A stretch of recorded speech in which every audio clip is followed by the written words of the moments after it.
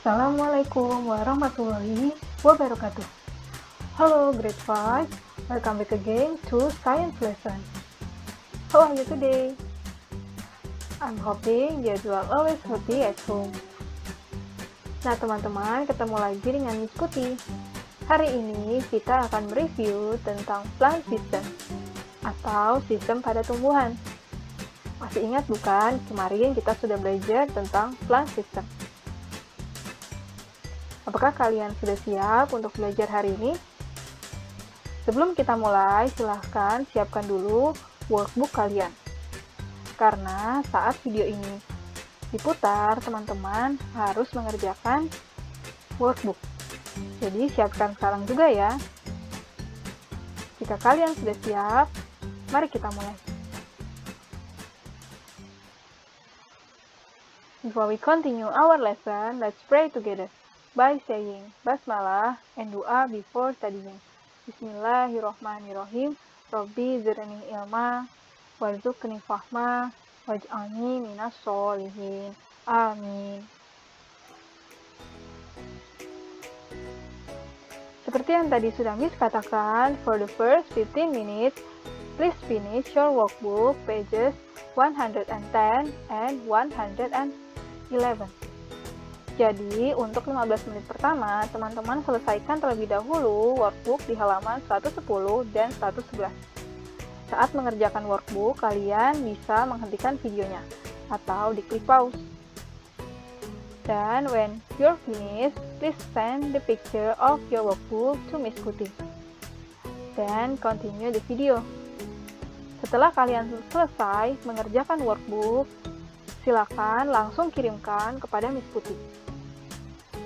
Ingat ya teman-teman, setelah selesai langsung dikirimkan. Baru setelah itu kalian boleh melanjutkan videonya. Nah, setelah ini teman-teman boleh pause terlebih dahulu. Selamat mengerjakan.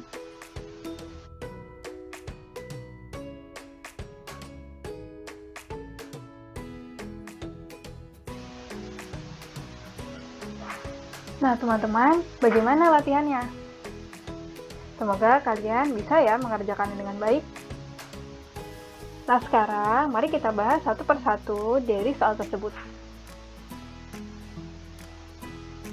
Yang pertama, which of the following is a source of energy for plants? Kira-kira dari jawaban A, B, C, dan D ini yang mana sumber energi untuk tumbuhan? Nah, kita tahu bahwa tumbuhan mendapatkan energi dari cahaya matahari. Dia butuh energi cahaya atau light energy. Sehingga jawaban dari pertanyaan ini adalah ya benar, yaitu sunlight atau energi dari cahaya matahari. Gimana teman-teman jawabannya? Sudah benar? Good job! Sekarang soal yang kedua. Where is the food made in the leaf transported to? Kemana makanan yang dibuat pada daun ditransportasikan? Atau kemana sih makanan yang telah dibuat itu? Tumbuhan membuat makanannya di daun. Atau they are making food in their leaf. Jadi pada daun mereka. Setelah itu, makanan-makanan ini akan melewati batang. Karena batanglah yang membawa makanan ini menuju ke seluruh bagian tubuh. Maka dia akan menuju ke batang atau stem, lalu ke akar atau root, bahkan ke daun itu sendiri, dan juga ke bunga dan buah. Sehingga jawabannya adalah so the answer is all of the above, atau semuanya dari jawaban-jawaban ini.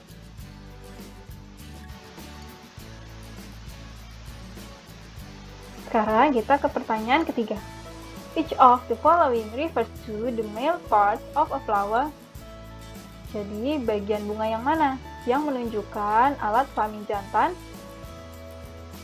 Oke, kita ingat bahwa bunga juga sebagai alat reproduksi pada tumbuhan, sehingga punya alat kelamin jantan dan juga alat kelamin betina, atau the male part and female part. Stamen adalah bagian dari male part, atau alat kelamin jantan, sedangkan pistil adalah bagian dari female part, atau alat kelamin betina. Nah, dari jawaban ini, yaitu yang A, pistil. Pistil itu adalah bagian dari alat kelamin betina. Kemudian stamen. Stamen, ya benar, itu adalah bagian dari male part of the flower. Berarti jawabannya adalah B, stamen.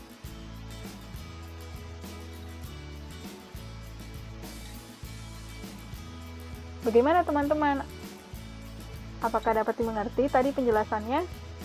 Semoga dapat kalian mengerti ya. Sekarang mari kita lanjut ke pertanyaan keempat. Which part of a flower will develop into a fruit? Kita juga ingat kemarin kita sudah belajar bagaimana cara tumbuhan membentuk buah, yaitu yang berasal dari bunga dan bagian-bagiannya. Bunga kemudian akan mengering atau dry up, dan mahkotanya akan jatuh atau drop off. Lalu bagian bunga, khususnya bagian female part atau alat kelamin betina bernama ovary atau bakal buah, akan swell atau akan membengkak seperti pada gambar ini. Lama-kelamaan dia akan membengkak. The ovary swells to form a fruit. Jadi ovari atau bakal buah akan membengkak membentuk buah. Dan jawabannya maka Y, benar. D, ovary. Bagaimana dengan ovule? Nah, ovule itu juga bagian dari female part of a flower.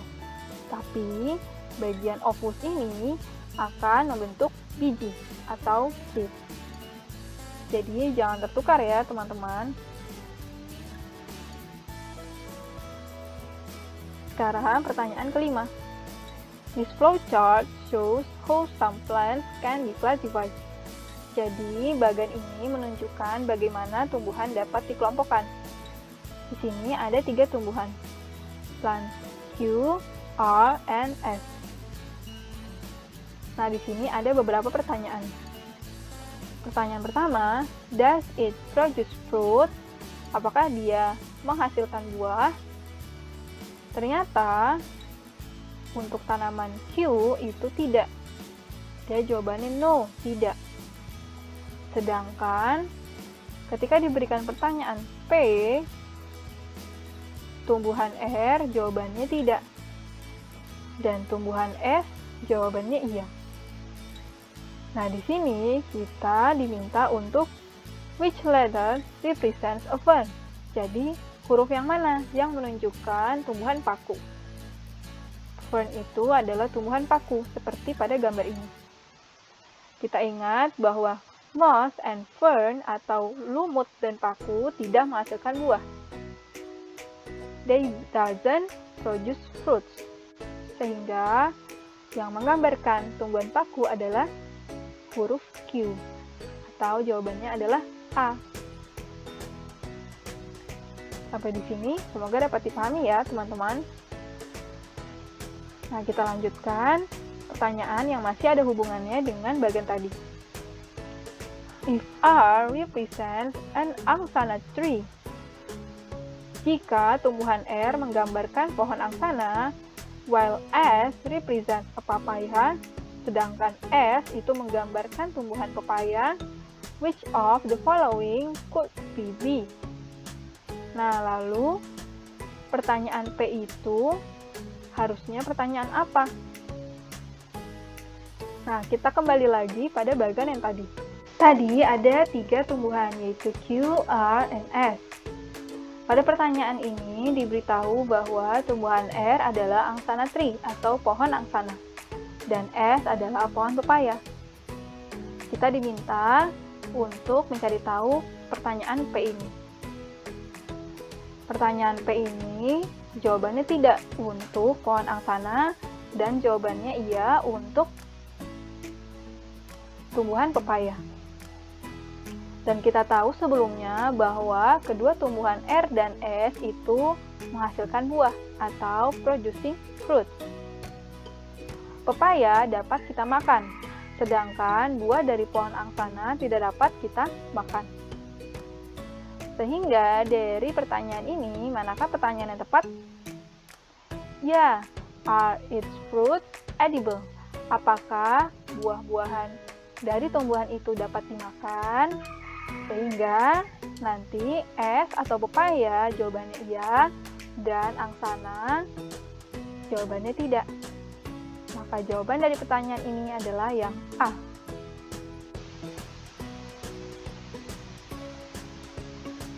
Sekarang mari kita lihat pertanyaan selanjutnya. What is the function of a stem? Apa fungsi dari batang? Batang tugasnya membawa air dan mineral dari akar ke seluruh bagian tumbuhan, juga membawa makanan dari daun ke seluruh bagian tumbuhan.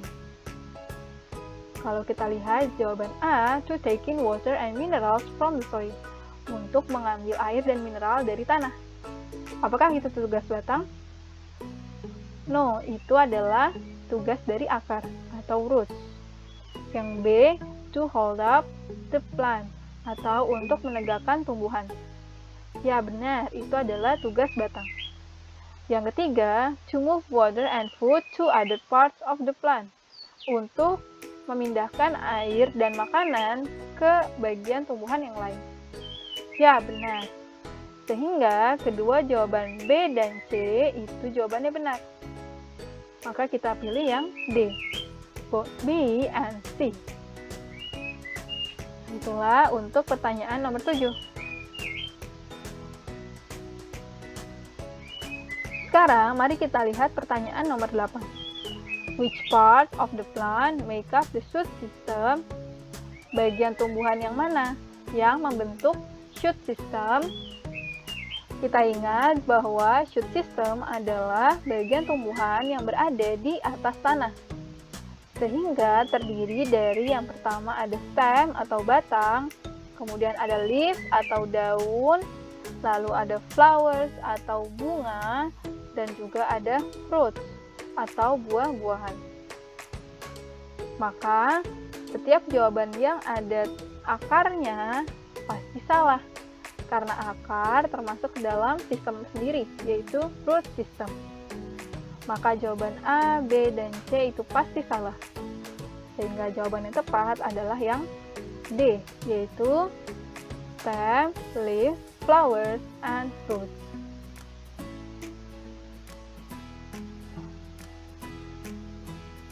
Nah sekarang mari kita lihat pertanyaan nomor 9 dan 10. Questions number 9 and 10 refer to the diagram below. The diagram shows the process of photosynthesis. Jadi nomor 9 dan 10 ini dia berdasarkan diagram pada gambar ini.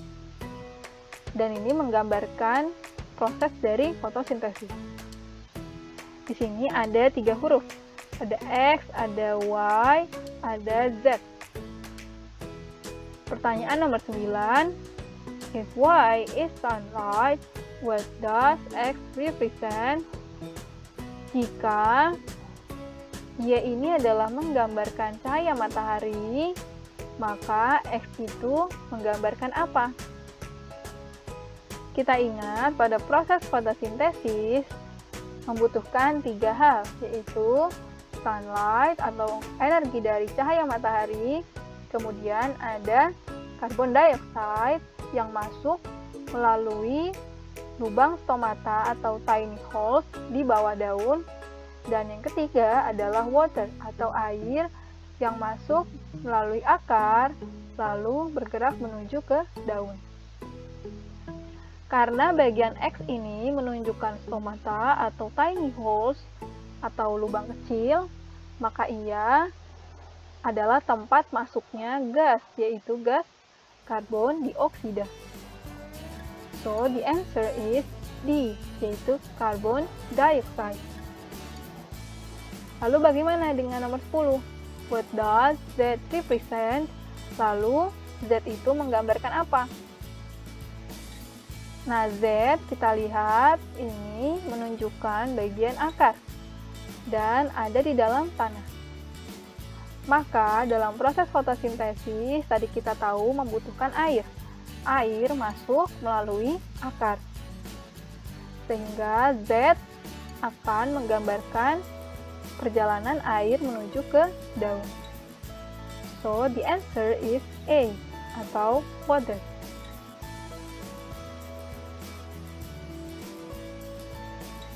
Nah, teman-teman, bagaimana latihannya? Semoga dapat dimengerti ya.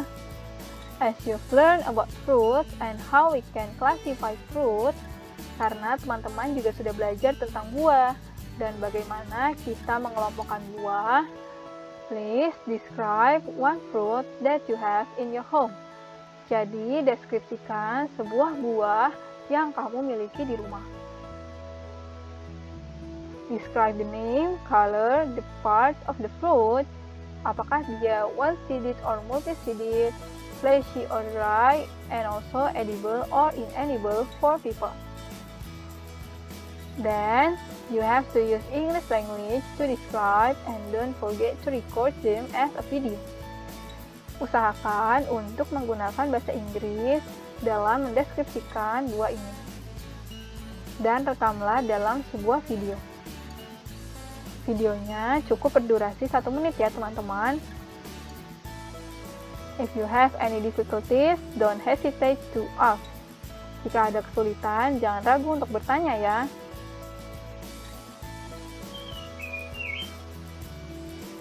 Oke, thank you grade 5 for watching this video. Terima kasih sudah menyimak video ini sampai selesai. Now, let's finish the class with hamdalah. Alhamdulillahirabbil alamin. Assalamualaikum warahmatullahi wabarakatuh. Goodbye.